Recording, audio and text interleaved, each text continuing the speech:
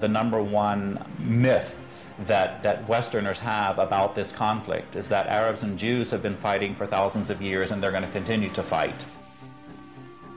This is really quite bizarre because all it takes is a little bit of reading of history to find out that this just isn't true. There is no congenital historical enmity between the Arabs and the Jews.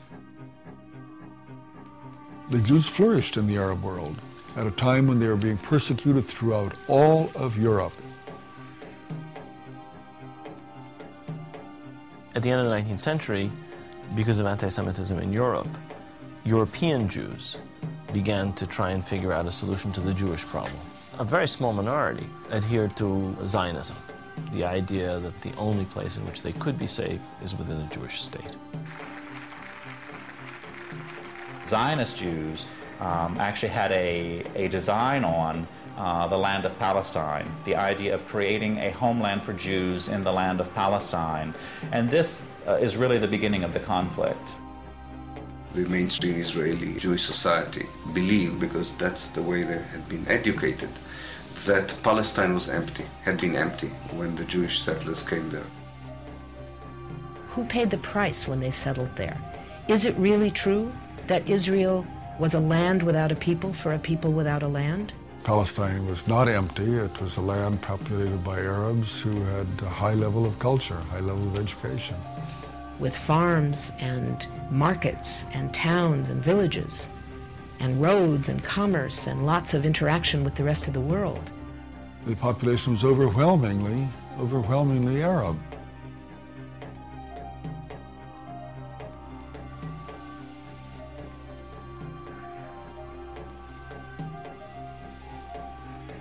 Jewish immigration increased under British rule following World War I, when Britain implemented the Balfour Declaration, promising a Jewish homeland in Palestine. This measure conflicted with Britain's previous promise of self-rule for Arab inhabitants throughout the region. Britain was basically extremely supportive of the Zionist movement. It helped to establish all of the structures of a state. At the same time, the Arabs of Palestine were denied the right of self-determination.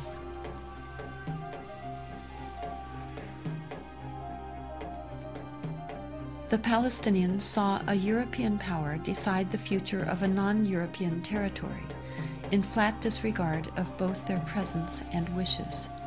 In the 1920s, as land was being stripped away from local residents, the first clashes between Palestinians and Jews began, and would continue on for years to come.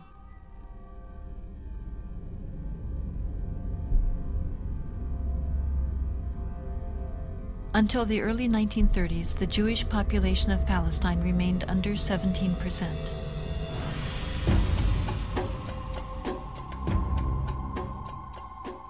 Hitler's rise to power in Germany completely changed that.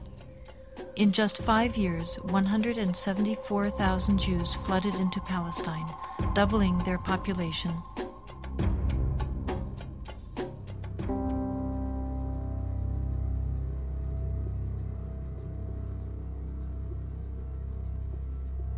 As the world attempted to make amends for the horrors of Nazi genocidal policies, efforts to make Palestine a Jewish homeland increased.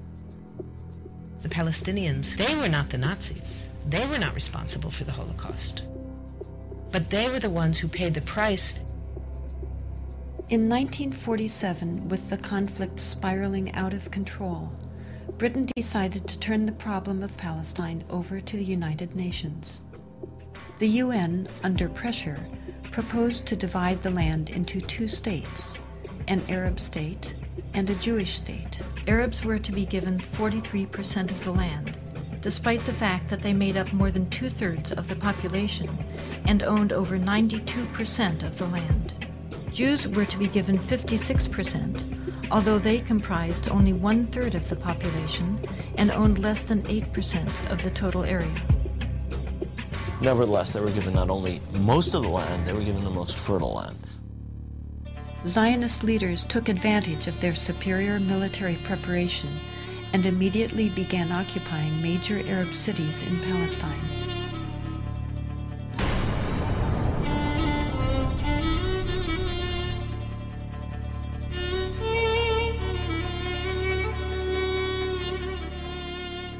I was among the people that conquered Akko.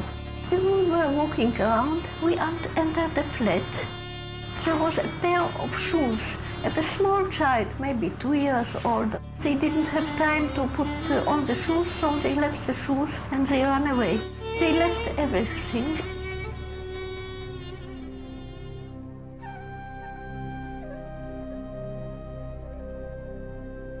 We found out that there was a systematic expulsion of Palestinians, and there was, as I said, there was an ethnic cleansing operation taking place.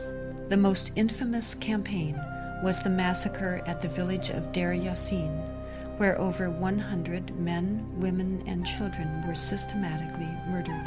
هذا البيت مكان متخبين فيه أنا وولادي وأخويا موسى. مكاليت هنا عندنا في موسى مشاكل نتونس بالله فيه. هذا البيت. أجوا قالوا لما كنا بالبيت كنا في مشكلة خبطنا الكنبلة وجينا ست صورتنا وبنت الصواب تلبسها ولادي. وكان بعد ما راحت المراكز الحالة كانت كسروا الباب علينا وطلعونا. بدهم يقتلوا أخوي مسادبة فيه على وجهها اللي يقتلوه. تناولت 250 ليرة من عدة وقلت يا خواجة بس مشان الله الطالب انت قلت لسه قال لي كتير انت كويس هات المصاري بارس اخوتي الحنو شو تسوي فيها اخوتي الحنو اجراك يا ويلي هي زبطتك على السلام راك احلي وضغط يهود حط لك الخمسين ويكون اصفي موسى كدابة حط لك 5 مليون تحت راسها.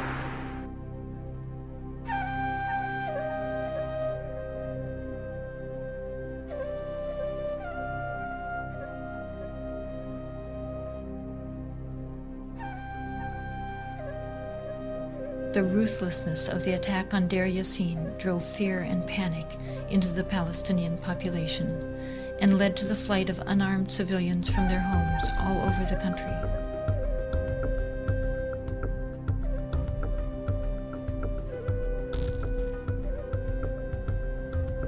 As a result, maybe 300 or so thousand Palestinians had already been expelled before the first Arab soldier entered Palestine. Some of the neighboring Arab armies finally intervened after May 15, 1948, when Israel officially announced its statehood. Although there was a lot of war rhetoric on the Arab side, very few soldiers, Arab soldiers, were sent into the battlefield. And actually, for most parts of the war, there was superiority on the side of the Israeli army.